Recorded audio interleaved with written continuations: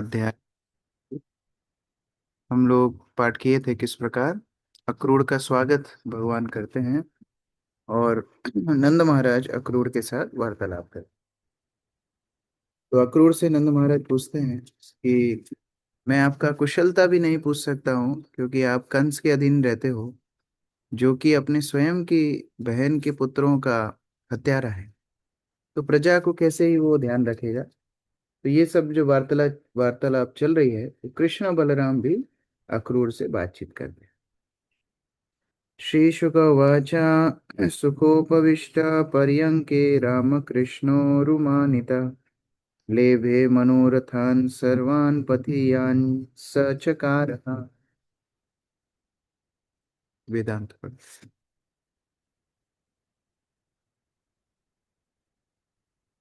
सुखदेव गोस्वामी ने कहा, भगवान बलराम तथा भगवान कृष्ण द्वारा इतने अधिक सम्मानित किए जाने पर पलंग पे सुखपूर्वक बैठे अक्रूर को लगा कि उन्होंने रास्ते में जितनी इच्छाएं की थी वे सभी अब पूरी हो रही है। तो कल हमने देखा था जो जो चिंतन अक्रूर ने किया था वो सारे चिंतन भगवान ने पूरा किए। जो कृष्ण के विषय में सोचा था, जो बलराम के विषय में सोचा था, सब कुछ पूरा होते अक्रूर ने अनुभव किया। किम किम लभ्यम भगवती प्रसन्ने श्रीनिकेतने तथापि तत्परा राजन् न हि वञ्चन्ति किंचन। राघव प्रभु। हे राजन, जिसने लक्ष्मी के आश्रय पूर्ण पुरुषोत्तम भगवान को संतुष्ट कर लिया हो, भला उसके लिए क्या अलभ्य है। ऐसा होने पर भी जो उनकी भक्ति में समर्पित है, वे कभी भी उनसे कुछ नहीं चाहते।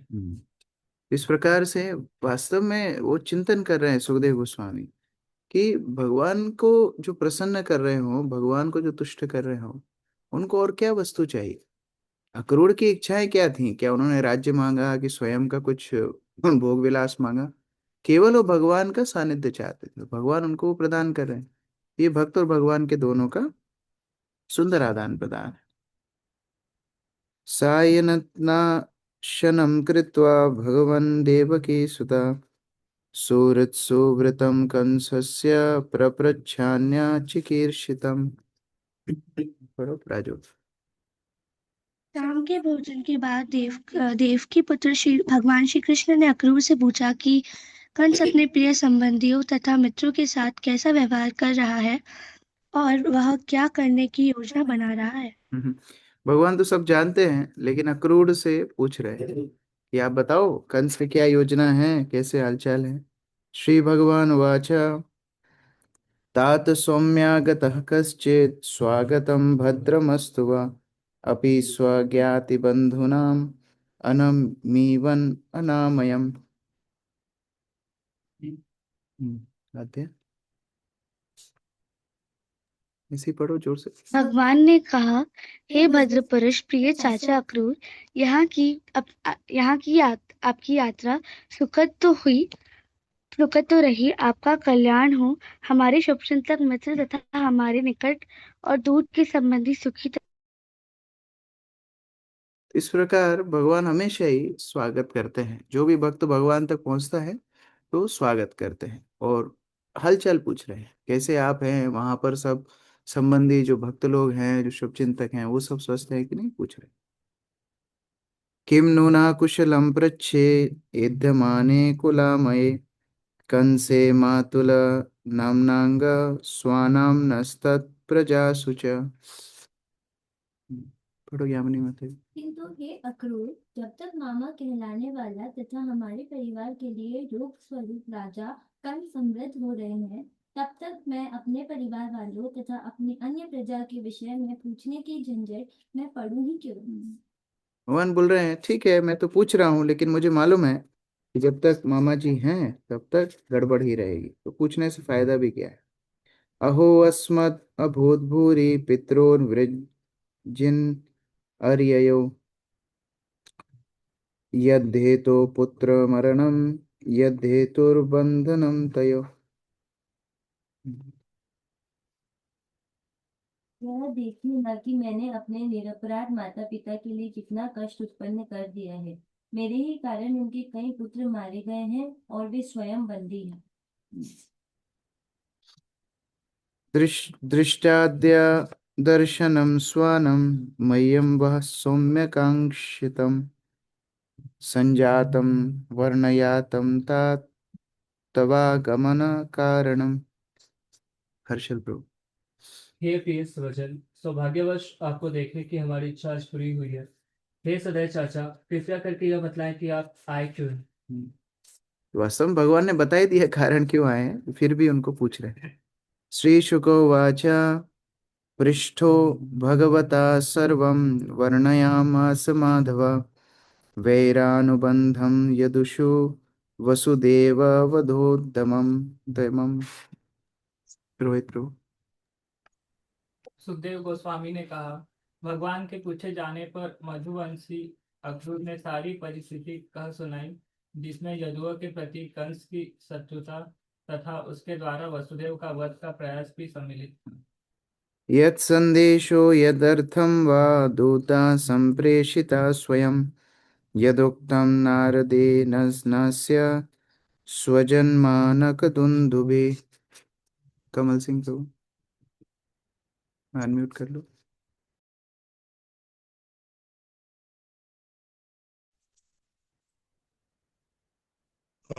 क्रूर को जिस संदेश को देने के लिए भेजा गया था उसे उसे उन्होंने कहा सुनाया। उसने कंस को के असली इरादे भी बतला दी और यह भी बतला दिया कि नारद ने किस तरह कंस को सूचित किया कि कृष्ण ने वासुदेव के पुत्र के रूप में जन्म लिया। हरे कृष्ण। पूरी सूचना क्रूर ने दे दी है, किस तरह अभी कंस को भेद पता पड़ गया है कि यहीं पर आप हैं और वो आपको मारने का आयोजन कर। तो भगवान क्या डर गए होंगे, तो भगवान हंसने लगे। श्रुत्वा क्रूरवचः कृष्ण बलश्च परवीरः प्रहस्य नंदनं पित्रं राज्ञादिष्टं विजाग्यतु। अरविंद। अक्रूर के वचन वीर प्रतिद्वंदियों का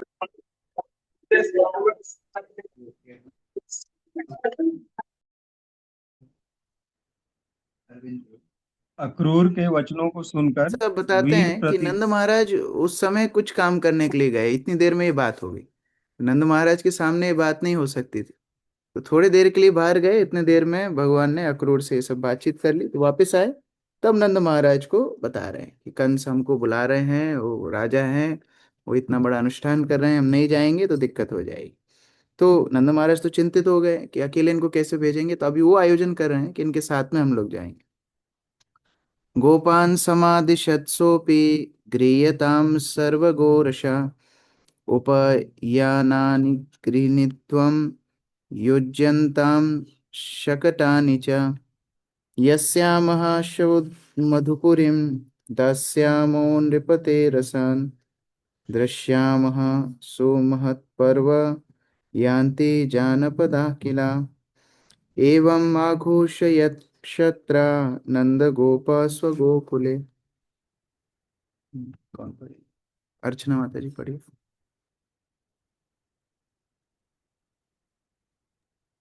अब नंद महाराज ने गांव के मुखिया को बुलाकर नंद के व्रज मंडल में ग्वालों के लिए निम्नलिखित घोषणा करने के लिए आदेश दिया। जाओ और जितना दूध दही उपलब्ध हो सके एकत्र करो, बहुमूल्य उपहार ले लो और अपने अपने छकड़े जोत लो। कल हम लोग मथुरा जाएंगे और राजा को अपना दूध दही भेंट करेंगे तथा महान उत्सव देखेंगे। समस्त पड़ोसी जिलों के निवासी भी इसमें जा रहे हैं। नंद महाराज समझ गए कि ये कंस कुछ ना कुछ गड़बड़ तो करेगा। वो कृष्ण बलराम को तो ऐसे छुपा के रखते थे, वो तो कभी लेके जाना नहीं चाहते थे, लेकिन अभी बुला रहा है, नहीं भेजेंगे तो भी गड़बड़ करेगा। तो नंद महाराज सोचते हैं लालची है, इसको हम सब कुछ दे देते हैं। अभी वार्षिक कर का समय हुआ नहीं था, लेकिन फिर भी वो सारे अपने भेंट तैयार करके लेके जा रहे हैं कि ये सब दे देंगे तो उसका ध्यान कृष्ण बलराम से हट जाएगा। वो कितना स्वाभाविक है, सरल है। वो सोच रहे हैं कैसे ना कैसे मैं कृष्ण बलराम को वो कंस के सामने ही जाने के लिए रोक लूं, ऐसा वो विचार करें।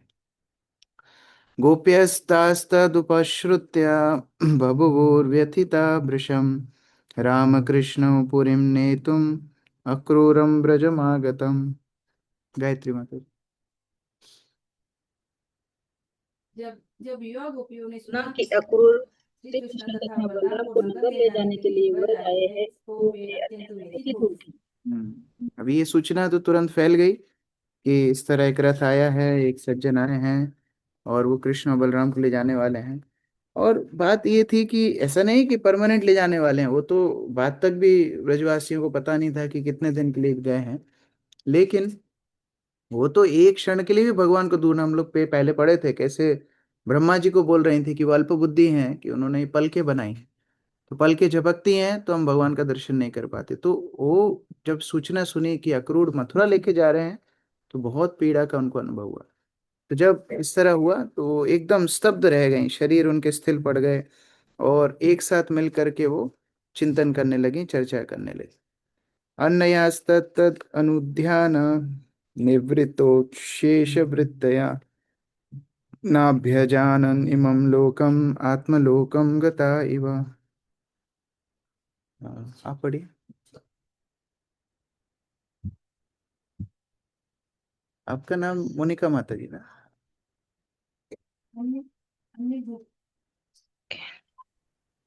अन्य गोपियों की चित्तवृत्तियां पूरी तरह रुक गई और वे कृष्ण के ध्यान में स्थिर हो गईं।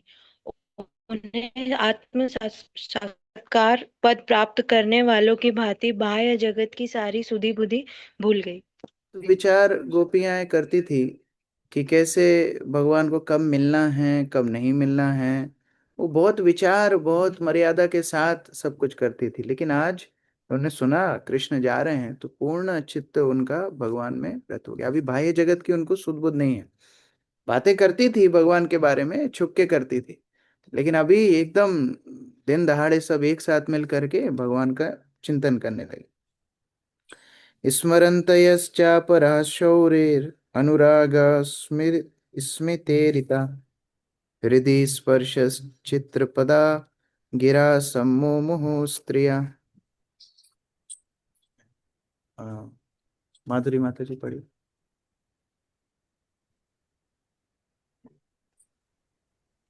हरे हरे कृष्ण बोले। और कुछ तरुणियां भगवान भगवान श्री कृष्ण के शब्दों का सुमरन करके ही अचित हो।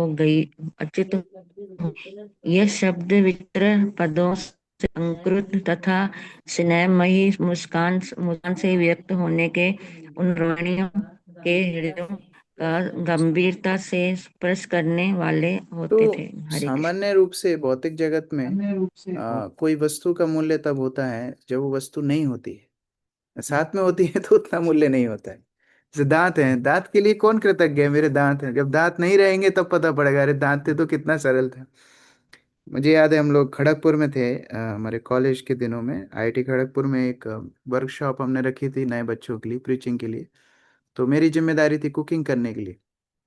तो मैं कुकिंग कर रहा था, तो एक दिन थोड़ा सा घी उछट के मेरी उंगलियों में आ गया, तो 3 उंगली जल गई।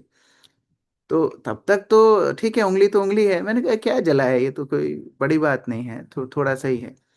लेकिन फिर जो भी काम करता था मुझे उंगली का महत्व समझ में आता था। क्या अभी धोती में गठान बांधना है तो उंगली की जरूरत है, तिलक करना है उंगली का जरूरत है, कुछ ग्लास पकड़ना है उंगली का जरूरत है, माला करना है उंगली का जरूरत है। तो हर चीज में समझ में आता है कि जब जो वस्तु नहीं होती है तब समझ में आता है उसका महत्व क्या है, जब तक रहती है समझ में नहीं आता। लेकिन गोपियों को तो एक एक क्षण भगवान का इतना कृतज्ञता पूर्ण वो उसको स्वीकार करती थी, इतना महत्व देती थी। उनके लिए भगवान का दूर होना मतलब असहनीय था। इसलिए नरोत्तम दास ठाकुर बोलते हैं, पाषाण कुटी वो माथा अनले पशिव। तो वास्तव में हमारा भी थोड़ा बहुत चुटपुट विरह होता है, भगवान से हो, वैष्णव से हो, लेकिन वो बहुत ही कृत्रिम या भाई है। लेकिन जो महान वैष्णव हैं, जो शुद्ध भक्त हैं, जैसे गोपिकाएं तो सर्वोत्तम भक्त हैं, तो उनके लिए भगवान का विरह वास्तव में अकल्पनीय है।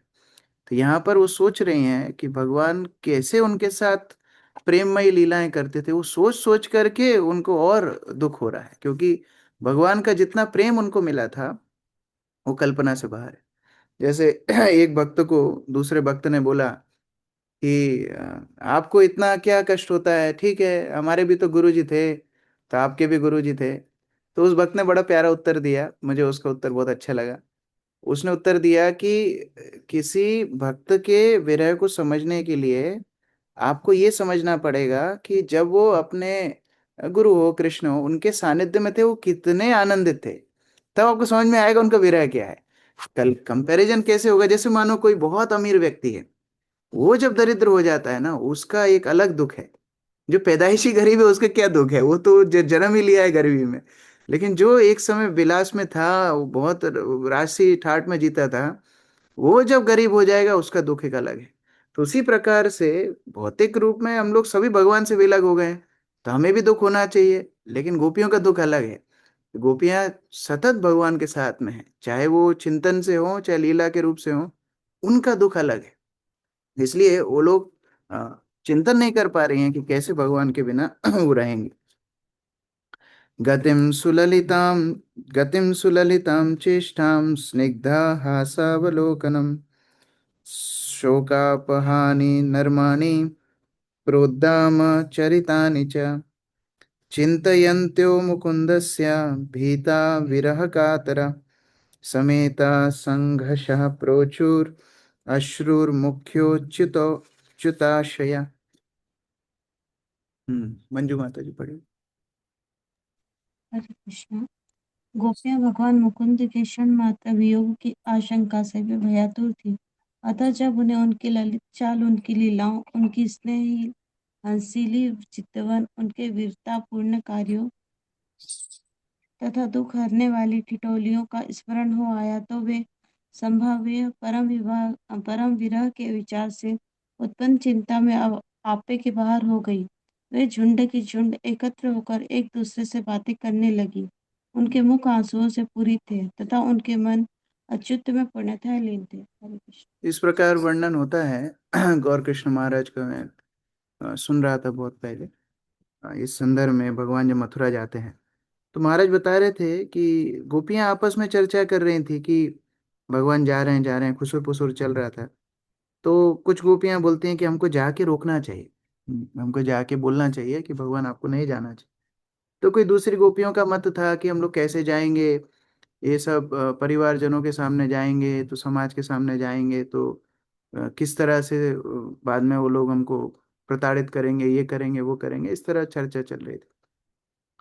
तो वो गोपियां बोलती हैं, ठीक है आप सोच रहे हो बहुत समस्या है, अभी जाएंगे ऐसा बोलेंगे, कैसे सबके सामने जाएंगे, दिन का समय है, अ, पूरे परिवार के सामने कैसे जाएंगे, लेकिन अगर चले जाएंगे तो क्या करेंगे, अगर चले ही जाएंगे तो फिर क्या करेंगे, तो परिवार का करेंगे क्या, है ना। तो इसीलिए वो लोग अपनी सारी मर्यादा को छोड़ते हुए पूरा झुंड बना के एकत्र होके चर्चा करें और फिर विधाता को गाली दे रहे हैं। तो अभी ये 19 नंबर श्लोक। श्री हरे गोप्या हरे कृष्ण ऊचुः प्रभु जी। अहो विधातस्तव न क्वचिद्दया संयोज्य मैत्र्या प्रणयेन देहिना तांश्चाकृतार्थान् व्यूनङ्क्ष्यपार्थकं विक्रीडितं तेर्भगचेष्टितं यथा। अक्रूर प्रभु। हरे कृष्ण प्रभु जी, दंडवत प्रणाम। गोपियों ने कहा, हे विधाता, आप में तनिक भी दया नहीं है। आप देहधारी प्राणियों को मैत्री तथा प्रेम द्वारा एक दूसरे के पास लाते हैं और तब उनकी इच्छाओं के पूरा होने के पूर्व ही व्यर्थ में उन्हें विलग कर देते हैं। आपका यह सन की खिलवाड़ बच्चों की चेष्टा के समान है। हरे कृष्ण। अर्भकम अर्थात लड़का, छोटा बच्चा। तो बच्चा जैसे क्रीडितम विक्रीडितम मतलब खेल खेलता है, उस तरह से विधाता तुमको कुछ नहीं मालूम है कैसे प्रेम के संबंध होते हैं, कैसे विच्छोद का दुख होता है। तो तुम केवल लोगों को साथ में लाते हो फिर दूर कर देते हो। भगवान को देखा ही नहीं होता, उनके समीप गए नहीं होते, तो हम भी भौतिकवादी लोगों की तरह पड़े होते हैं। हमको भी लगता है जिंदगी कितनी अच्छी है, फिर सामने लेकर के आ गए दूर कर दिया, तो ये दुख कितना बड़ा दुख है। ऐसा वो गोपियां बोल रही हैं। और विधाता को डांटने का साहस गोपियों को है भी, क्योंकि ब्रह्मा कितने आते हैं जाते हैं, लेकिन गोपियां भगवान के नित्य परिकर है। तो उनके सामने विधाता अरबा का वो लड़का जैसे ही है तो वो डांट रही है। लेकिन प्रेम भी है कि कैसे वास्तव में गोपियों का प्रेम है कि आप साथ में लेके आए, भगवान के साथ ना आदान प्रदान हुआ, अभी आप हमको दूर कर रहे हो। और मैं बार बार बोल रहा हूँ, ऐसा नहीं उनको पता था हमेशा के लिए जा रहे हैं, वो कुछ दिनों के लिए जाने की बात है, 1-2 दिन के लिए जाने की बात है, लेकिन उसको भी गोपियां सहन नहीं कर पा रही। तो ये यहाँ पर उनका भाव है। हरे कृष्ण प्रभु जी। हाँ। मेरा एक प्रश्न था। अच्छा, बताइए। जैसे ये गोपियों बताए गए थे कि गोपियां जो थी वो भगवान से बहुत प्रेम करती थी, पर इनके जो पति और बच्चे और बाकी जो लोग हुआ करते थे वो भगवान के भक्त नहीं थे क्या? वो उनसे प्रेम नहीं करते थे? वो भी प्रेम करते थे। जैसे हर व्यक्ति की खुराक अलग अलग होती है, घर में हर व्यक्ति एक जैसी रोटी नहीं खाता है। एक परिवार के लोग दो दो ही खाएंगे, ऐसा नहीं होता है। कोई दो खाता है, कोई तीन खाता है, कोई 50 भी खा लेता है। उसी तरह से हर भक्त का अलग भाव है। सब प्रेम करते थे भगवान से। ब्रज वृंदावन में कोई ऐसा नहीं है जो भगवान से प्रेम नहीं करते। उधर की घास, कीट पतंगे, पशु सब भगवान के शुद्ध भक्त हैं, लेकिन गोपियों का प्रेम सर्वोच्च बताया गया है। ठीक है, yes Prabhu ji, thank you. ये पढ़ लिया था, पढ़ा था। यस्त्वं प्रदर्शाशितकुन्तलावृतं मुकुन्दवक्त्रं सुकपोलमुन्नसं शोकापनोदस्मितलेशसुन्दरं करोषि पारोक्ष्यमसाधु ते कृतम्। आनंदनी माता जी पढ़िए, एक्सटेंशन लगेगी। हरे हरे हरे कृष्ण प्रभु जी, धन्यवाद प्रणाम। शाम घुंघराले बालों से घिरा तथा सुंदर गालों से शोभित उठी उठी उठी हुई नाक तथा समस्त कष्टों को हरने वाली मृदु हंसी से युक्त मुकुंद के मुख को दिखलाने के बाद अब आप उस मुख को हमसे उज्जवल करने जा रहे हैं। आपका ये बर्ताव तनिक भी अच्छा नहीं है। हरे कृष्ण। अंतर है कि भगवान के शुद्ध भक्तों का एकमात्र दुख है, वो भगवान से दूर होते हैं, उनको दुख होता है। भौतिक रूप से उनको जितना प्रताड़ना देना है दे लो, वो कोई समस्या नहीं है। भगवान से, वैष्णव से दूर होंगे, वो सहन नहीं कर पाएंगे, क्योंकि वास्तव में उस आनंद को उन्होंने चखा है। गीता में भगवान बोलते हैं परम दृष्ट्वा निवर्तते। ये इतना उच्चतर आनंद का अनुभव है कि इसके सामने बाकी सारे अनुभव निरर्थक हो जाते हैं, नगण्य हो जाते हैं। और जिन्होंने ये चखा ही नहीं है उनके लिए ये अनुभव करना बहुत मुश्किल है, लेकिन जिन्होंने ये आस्वादन किया है, यहाँ पर वर्णन है भगवान की मृदु हंसी, उनके सुंदर मुखारविंद, उनके चर्चा इत्यादि, वो सब जो उन्होंने चखा है, उनके लिए ये विच्छोद, ये विरह असंभव है। अभी क्रूड़ा, तो विधाता को क्रूड बोल, क्रूडस्तम ना, क्रूड को बोल रहे हैं। क्रूडस्तम क्रूड समाख्ययास्मनस चक्षुर्हिदत्तं हरसे पतांग्यवत् येनैकदेशे किल सर्ग सौष्ठवम् त्वदीयमाद्रक्ष्यं वयं मधुद्विषा। हरिशंकर प्रभु।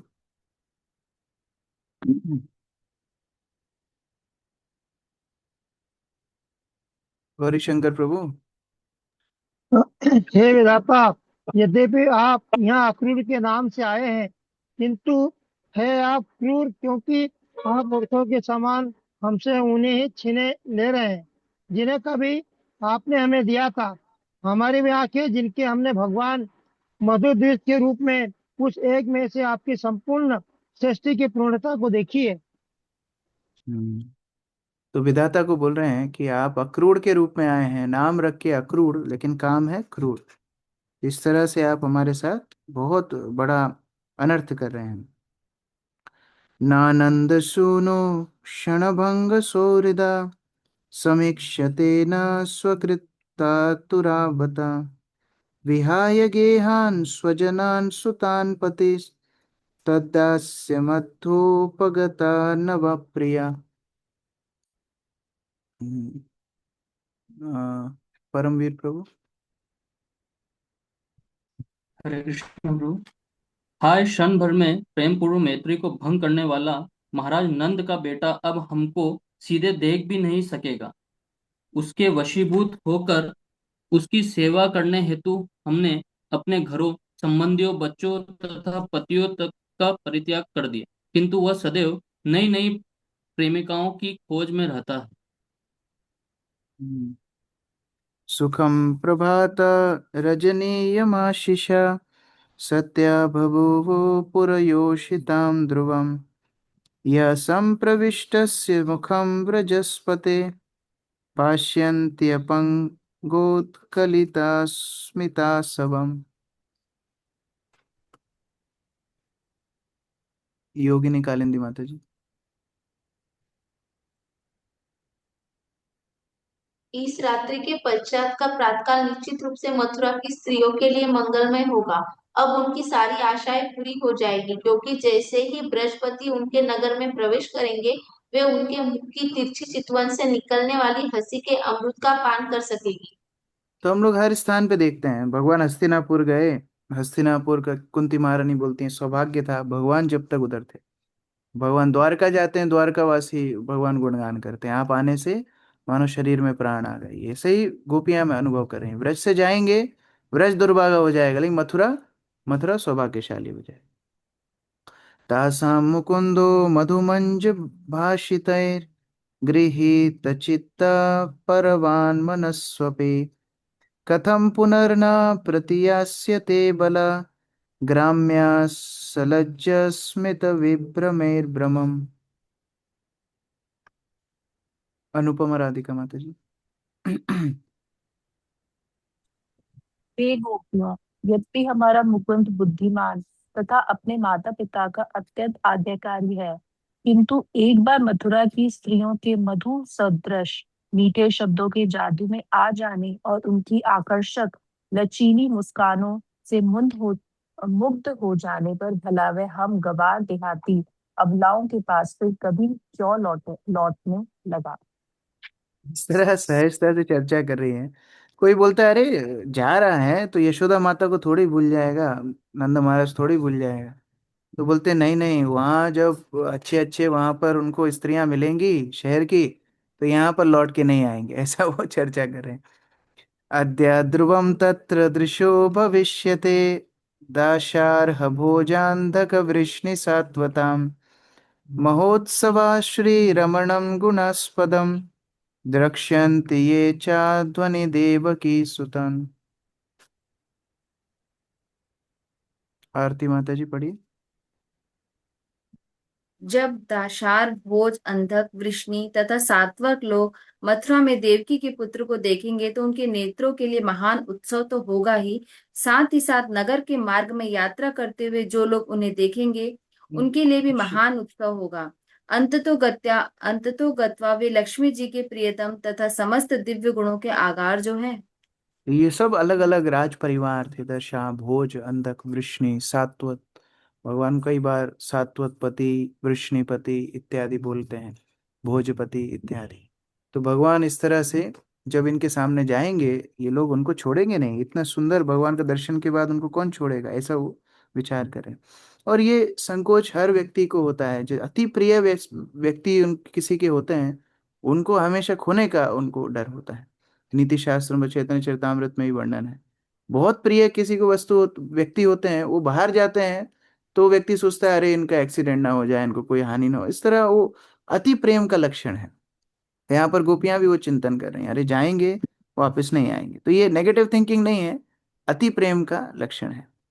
मैं तद्विधास्या करुणस्य नाम भूत अक्रूर इत्येतदतीव दारुणा यो सावनस्वास्य सुदुःखितं जनम प्रियात् प्रियं नेष्यति पारमध्वना। अमित प्रभु। हरे कृष्ण बाबू जी, धन्यवाद प्रणाम। जो ऐसा निर्दयी कार्य कर रहा है उसे अक्रूर नहीं कहलाया जाना चाहिए। वह इतना क्रूर है कि ब्रज के दुखी निवासियों को धीरज धराने का प्रयास किए बिना ही वह उन श्री कृष्ण को लिए जा रहा है, जो हमारे प्राणों से भी हमें अधिक प्रिय हैं। हरे बोल रहे हैं इतना शिष्टाचार तो होना चाहिए कि कम से कम बातचीत करे, हमको बोल के जाए कि मैं लेके आऊंगा, जल्दी से आ जाऊंगा। कुछ बातचीत नहीं किया, डायरेक्ट गया, कृष्ण बलराम को लेकर के जा रहा है। तो कितना निर्दयी ये है, ऐसा बार बार बोल रहे हैं। अनाद्र धीरेश समस्थितो रथम तमन्वमी च त्वरयन्ति दुर्मदा गोपानोभिस्तवैरुपेक्षितम् दैवं च नोद्या प्रतिकूलमीहते। मीनू माता जी। निष्ठुर कृष्ण पहले ही रथ पर चढ़ चुके हैं और अब वे मूर्ख वाले अपनी बैलगाड़ियों में उनके पीछे पीछे जाने की जल्दी मचा रहे हैं। यहाँ तक कि बड़े बूढ़े भी उन्हें रोकने के लिए कुछ भी नहीं कह रहे। आज भाग्य हमारे विपरीत कार्य कर रहा है। तो गोपियों ने सोचा, अरे ये बड़े बूढ़ों को तो रोकना चाहिए था, ये साथ में जा रहे हैं। तो उनको मूर्ख बोल रही हैं, दुर्मदा, बेवकूफ है, ये वन को मूर्ख बना दिया अक्रूर ने। ये प्रयास भी नहीं कर रहे, इतने वयोवृद्ध हैं लेकिन मूर्खता का काम कर रहे हैं, उनको रोक भी नहीं रहे हैं। वास्तव में लिख रहे हैं श्रीधर स्वामी, क्या उन्हें ऐसा नहीं लगता कि वे आत्महत्या कर रहे हैं? स्वयं ही कृष्ण को भेज रहे हैं और उनके साथ जा रहे हैं, वो तो वापस आने वाला है नहीं। तो वास्तव में आत्महत्या कर रहे हैं, वे कृष्ण के मथुरा जाने में सहायक बन रहे हैं, किंतु उन्हें वृंदावन आना पड़ेगा। तब वे निश्चित रूप से कृष्ण की अनुपस्थिति में मर जाएंगे, क्योंकि कृष्ण तो रुक जाएंगे, उनको लौटना पड़ेगा। तो वास्तव में वो अपना ही आत्महत्या की तैयारी कर रहे हैं। निवार्यम निवार्याम समुपेत्य माधवम किम नो करिष्यन् कुलवृद्ध बांधवा मुकुंद संगा निमिषार्ध दुष्ट्यजात दैवेन विध्वंसित दीन चेतसा। आकर्षणी माता जी पढ़ी।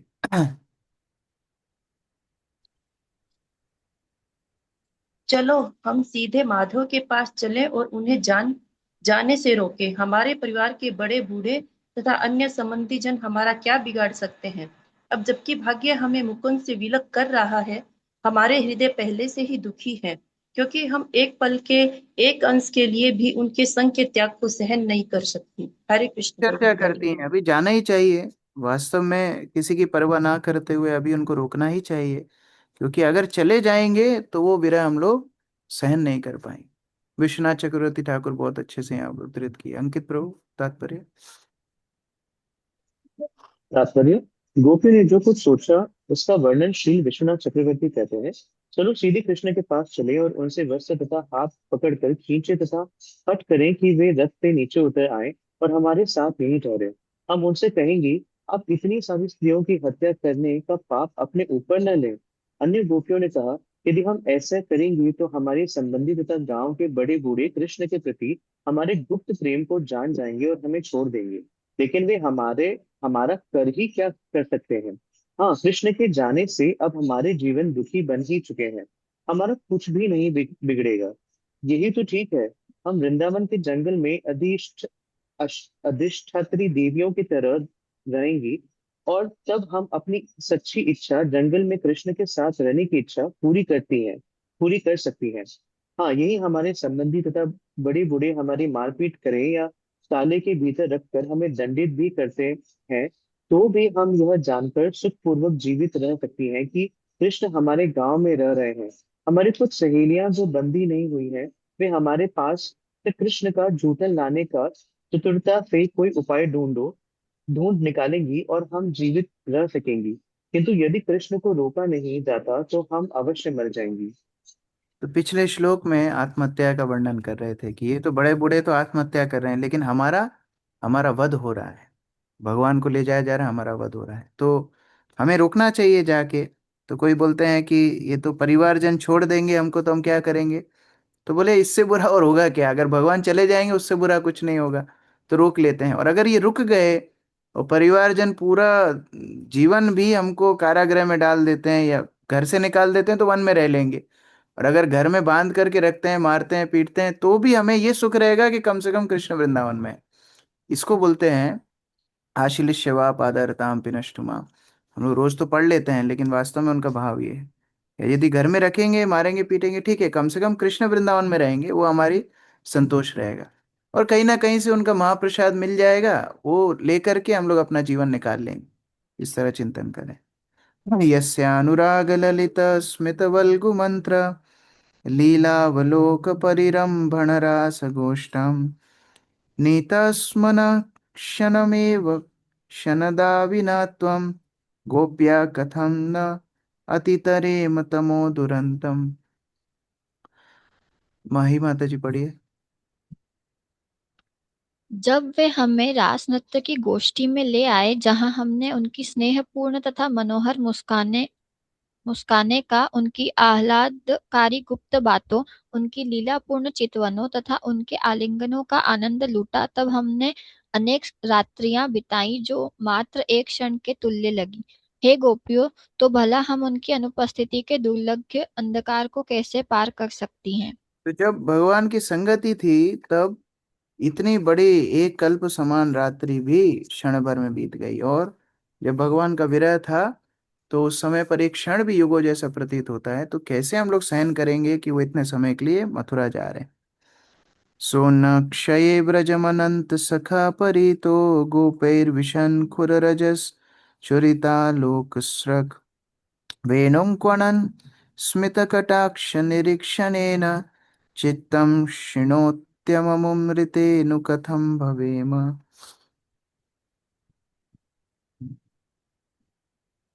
अमर निताई प्रभु पढ़िए।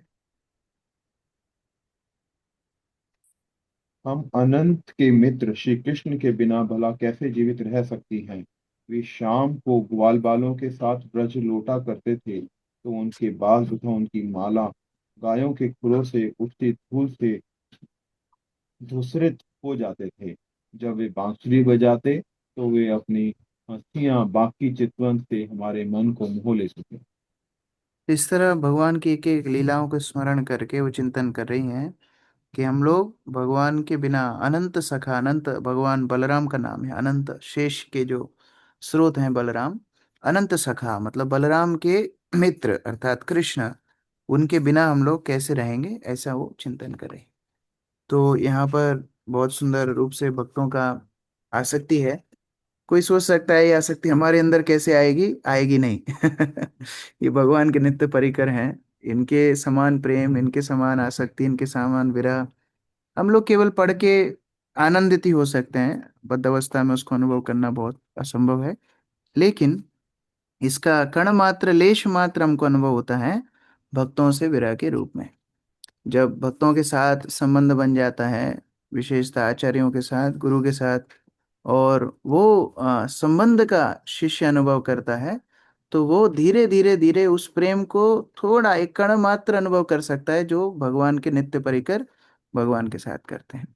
तो हम लोग कल पढ़ेंगे कैसे भगवान मथुरा के लिए निकलते हैं और अक्रूर को अपना वैकुंठ दर्शन कराते हैं। यस, घनश्याम प्रभु प्रश्न है।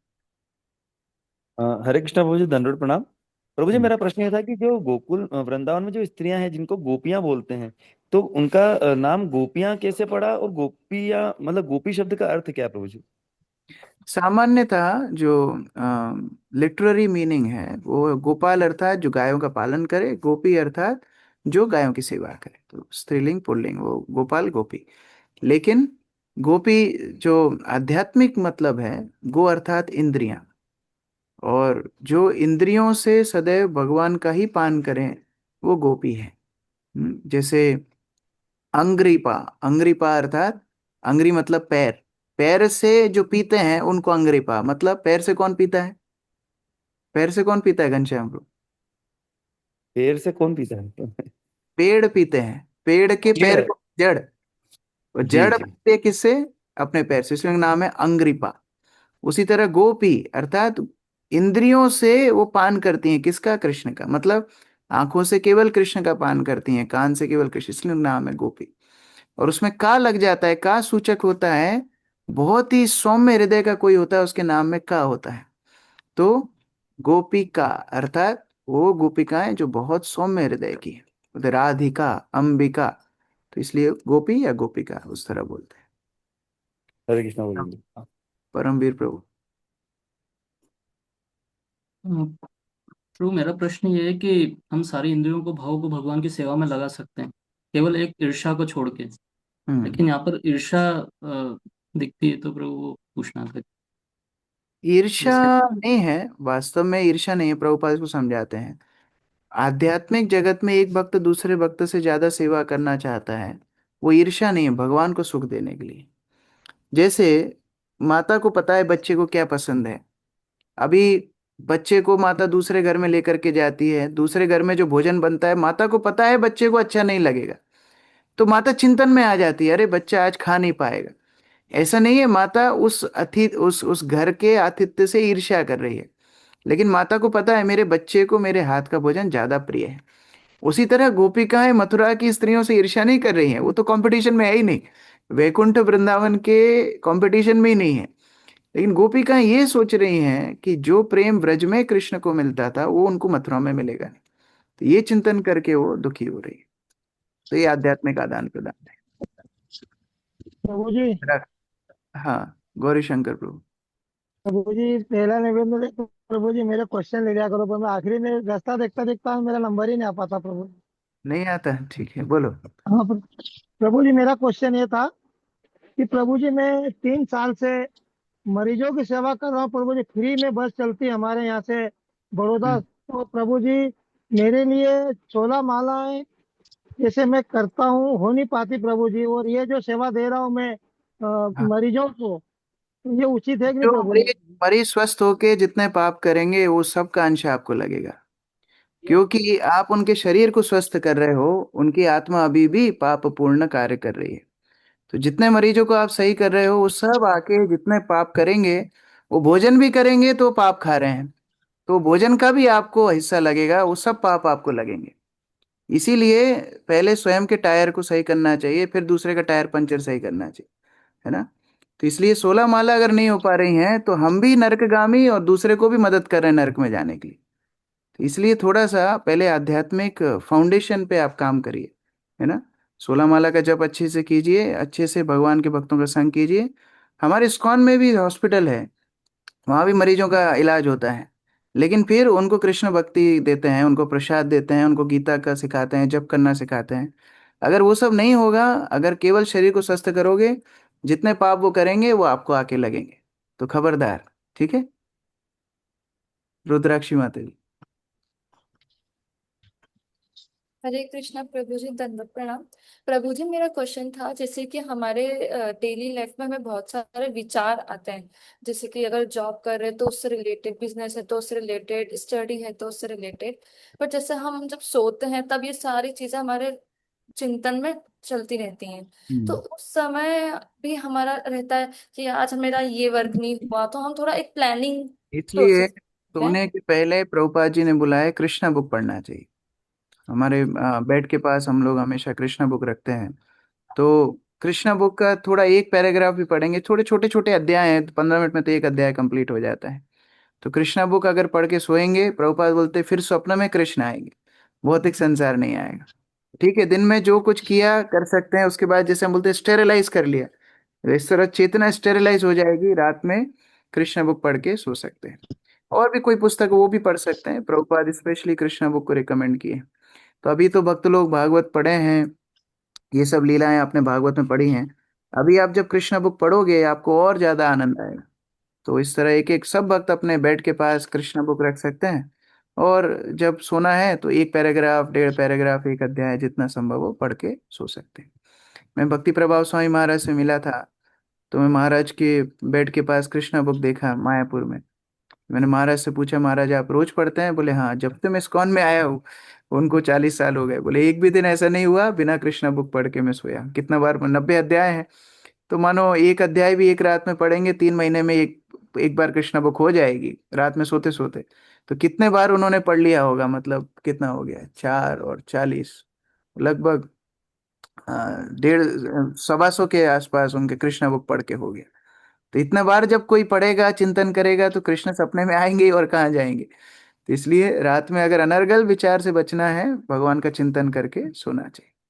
राधानाथ स्वामी महाराज भी एक बार अपने कुछ गुरु भाइयों को बता रहे थे, तो बता रहे थे कि जब वो सोते हैं तो वो क्या करते हैं, वो चिंतन करते हैं। वो तो वृंदावन में गए थे पहले, प्रभुपाद से वहीं पर मिले थे, मतलब बॉम्बे के बाद।